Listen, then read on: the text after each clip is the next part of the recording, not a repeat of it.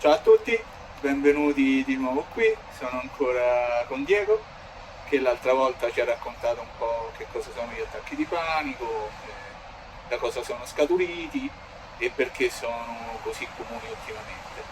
Oggi invece andremo a vedere se ci sono dei lati positivi in questi attacchi di panico, se il panico ci può insegnare qualcosa e come prendersi cura di questi attacchi di panico. Quindi per prima cosa possiamo imparare da questi attacchi di panico? Ma in effetti secondo me gli attacchi di panico ci insegnano tre cose. Uno, che l'io non è padrone. Due, che l'altro non si può togliere.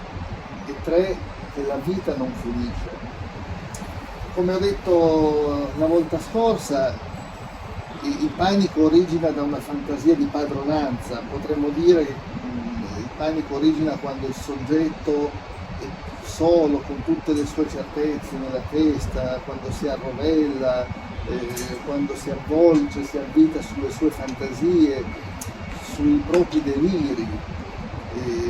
Quindi quando c'è un eccesso di io, è tutto nell'io.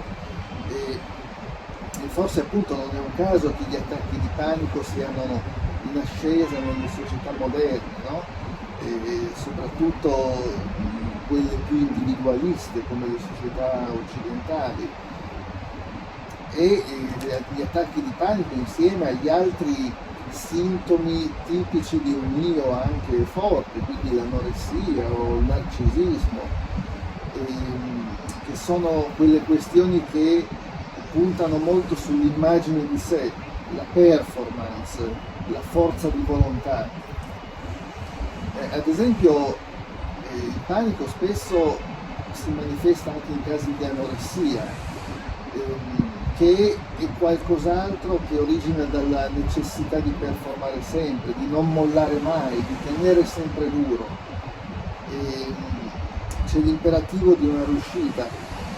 C'è però una differenza: nell'anoressia il sintomo è come scelto dal soggetto, quindi l'anoressica vuole rifiutare il cibo e non vuole rinunciare a questo. L'attacco di panico è diverso, perché chi soffre di attacchi di panico certamente non vuole averli e quindi diciamo sente che nel suo sintomo c'è qualcosa che non va, c'è qualcosa che non quadra e quindi questo è una chance in più rispetto ad esempio all'anoressia. La seconda questione è che, come ho detto, che l'altro non si può togliere, anche qui dico l'altro con la grande, no? Quindi l'inconscio. Se è vero che il panico origina da un eccesso di rappresentazione di sé, da un eccesso di io, dall'essere presi esclusivamente dell'io, no? Non c'è panico quando c'è apertura all'altro, non c'è panico quando c'è generosità, quando si fanno le cose con generosità, quando c'è curiosità per lo sconosciuto, quando c'è racconto, quando c'è curiosità per l'ospite, per lo straniero. E quindi il panico indica qualcosa che non va cacciato, non va eliminato, perché paradossalmente è proprio questa chiusura su se stesso, questa chiusura nella propria torre d'avorio che porta al panico. Quindi il desiderio e la paura di poter fare senza l'altro è ciò che è dentro di me ma mi è estraneo. E l'attacco di panico indica che a un certo punto questo altro che ho cercato di mettere fuori dalla porta ritorna in maniera inaspettata e senza che non è possibile arginare. Quindi, come dire, la paura e l'attacco di panico vanno affrontati a viso aperto, vanno accolti. La paura deve poter essere pensata, deve poter essere integrata, non deve essere, come dire, scacciata. Occorre quindi far ripartire il racconto. E la terza questione, ho detto che la vita non finisce. E se ci pensiamo, la persona che soffre di attacchi di panico ha continue fantasie di morte, c'è il timore di una catastrofe, c'è il timore di impazzire, di sprofondare, c'è davvero la paura che tutto sia perduto. E vorrei dire che l'ansia in generale, ma il panico in particolare, riflettono una paura della fine della vita, cioè ci sarebbe un crollo, ci sarebbe un azzeramento, un annichilimento. Se ci pensi, nell'ansia c'è sempre questa componente come l'attesa di una sentenza, l'attesa di il test, no? Il risultato di un esame, di una prova da dentro o fuori. Questo è l'ansia. Il panico lo amplifica, cioè c'è qualcosa di che sarebbe definitivo, irreversibile. Allora è vero che nella vita molte cose finiscono, però diciamo se c'è altro, se c'è esperienze di vita in atto, come dire, la fine di un qualcosa può volgere in qualcos'altro, può aprire ad altro. E per il soggetto panicato è come se questo altro non fosse immaginabile, cioè lì c'è una fine, punto e basta. Ma invece l'esperienza della vita poi per fortuna dimostra che la vita non finisce, e che queste sono rappresentazioni di morte.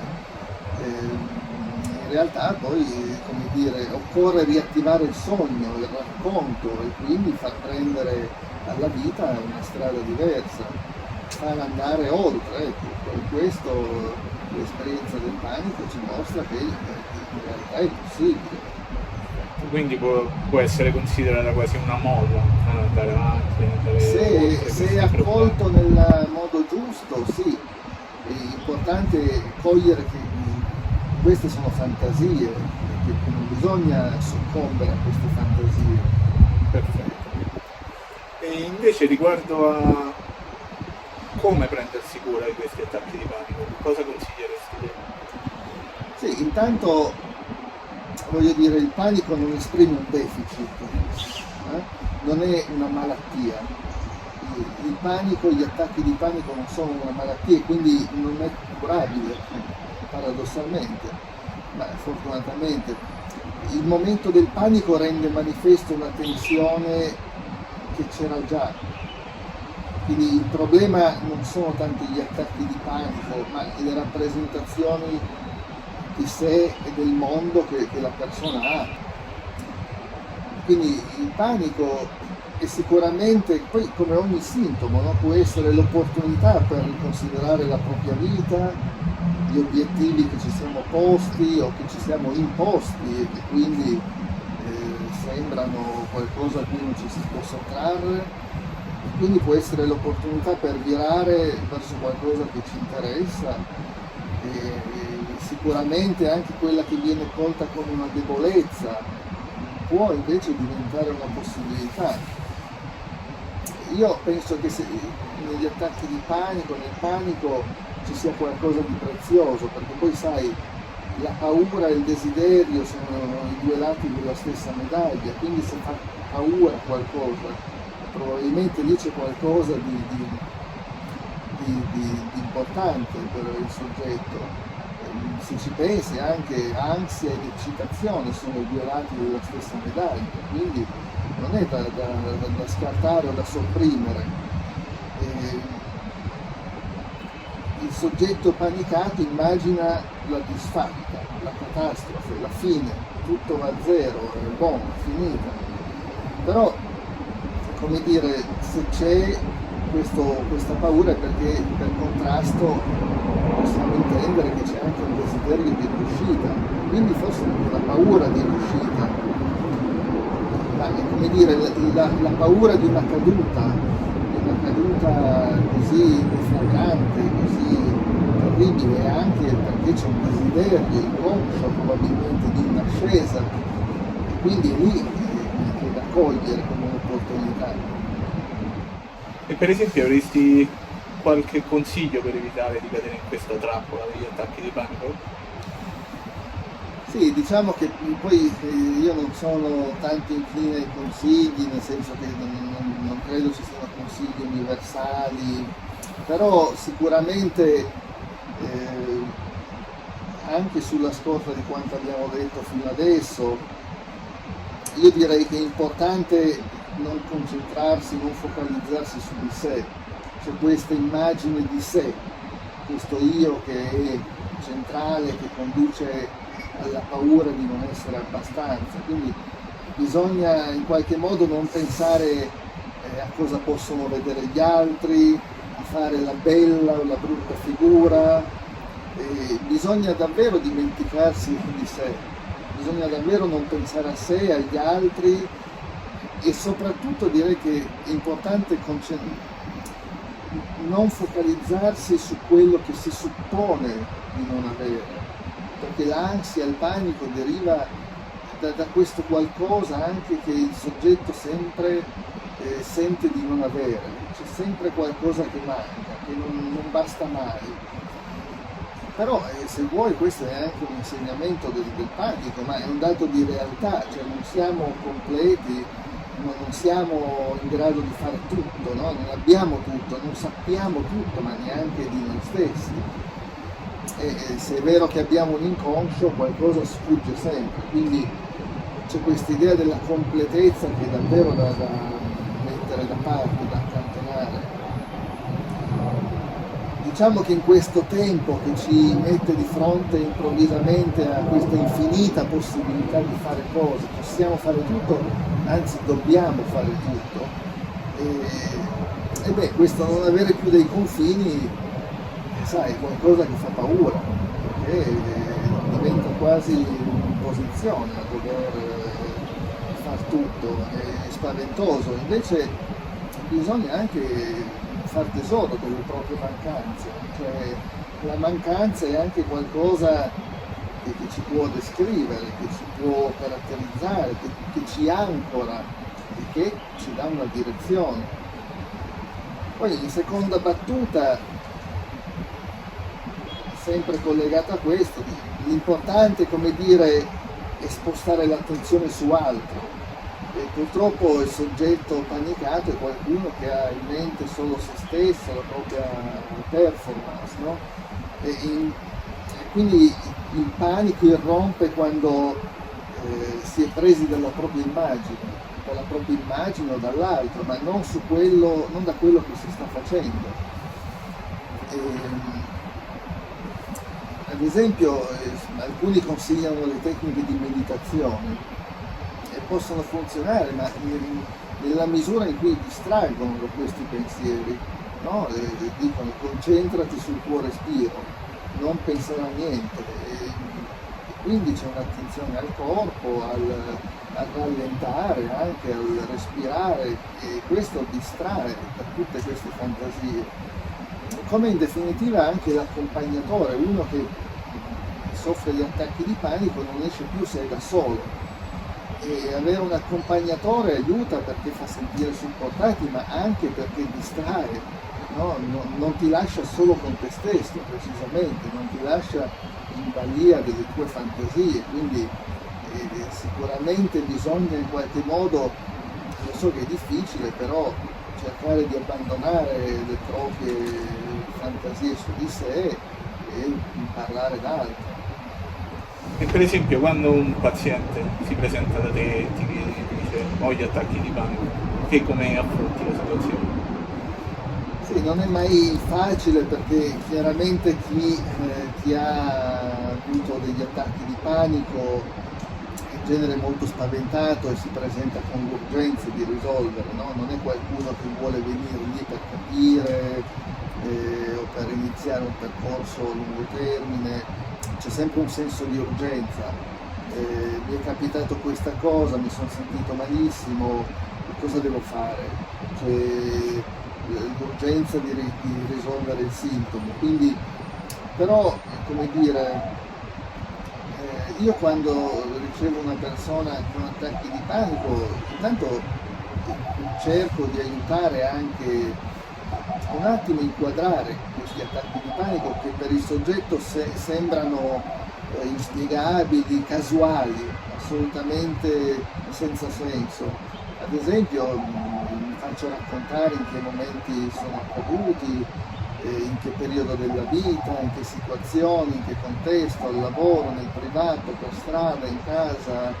E sai, tutti questi elementi ci permettono di identificare alcune questioni che abbiamo detto in precedenza, quindi quantomeno di identificare delle aree che per il soggetto sono problematiche, sensibili, e quindi intanto ci permette di fare una geografia di quelle zone che sono paurose, spaventose, perché poi l'attacco di panico, il panico cos'è? È la proiezione nel mondo esterno di una paura che origina da dentro, di una sensibilità, di un punto critico, no? Di una criticità che viene proiettata all'esterno. Quindi è importante in qualche modo dare un nome a queste paure, identificarle, circoscriverle, riconoscerle, dargli cittadinanza e quindi costruire un'altra cartografia, non geografica ma emotiva, affettiva, relazionale. Questo permette magari di orientarsi un po' meglio nel mondo e permette anche di cominciare a pensare ad altro, a tirare fuori delle questioni che sono poi alla base degli attacchi di panico. Sì, ti posso dire che nella mia esperienza clinica i pazienti che ho visto che soffrivano di attacchi di panico erano anche persone molto intraprendenti, molto ambiziose, che puntavano in alto, quindi si tratta anche di recuperare questa esuberanza, questa volontà, questo desiderio di riuscita. Soprattutto non bisogna soccombere a queste fantasie di non farcela, di non essere abbastanza, di essere insufficienti, inadeguati, perché poi il panico, se si cristallizzano queste fantasie, può portare alla depressione, cioè proprio l'immagine di sé assolutamente negativa. E sicuramente non ci vogliamo arrivare. Comunque, per concludere tutto questo discorso che abbiamo fatto in questo video e in quello precedente, cosa ci vuoi dire? Ma guarda, io poi pratico la psicanalisi e credo personalmente, professionalmente che sia una strada da percorrere, quindi non sono poi da grandi consigli, da strategie di vita, non credo tanto a queste cose universali, valide per tutti, credo che ciascuno possa imbarcarsi in un'avventura individuale, personale, unica quindi. Diciamo che il soggetto panicato, la persona che ha attacchi di panico, rischia di essere di suo qualcuno che evita, perché questa è la natura del sintomo degli attacchi di panico, che porta ad evitare, porta a chiudersi in casa, porta ad evitare l'incontro con gli altri, porta ad evitare le piazze, porta ad evitare di guidare, di lanciarsi in imprese, no? Quindi il panico porta a evitare. Il mio consiglio è invece di prendere questa paura per le corna, come si dice, e di non evitare, di non posticipare, di non rimandare più, di occuparsi delle proprie questioni, iniziare magari un'analisi e sicuramente si troverà una strada per riuscire. Ottimo, perfetto, davvero molto interessante, grazie ancora per il tempo che mi hai dedicato per questi due video e sono sicuro che ce ne saranno altri, già ce n'è uno sui sogni su cui stiamo lavorando. Bene. E a presto, grazie ancora Diego, ciao a tutti, grazie.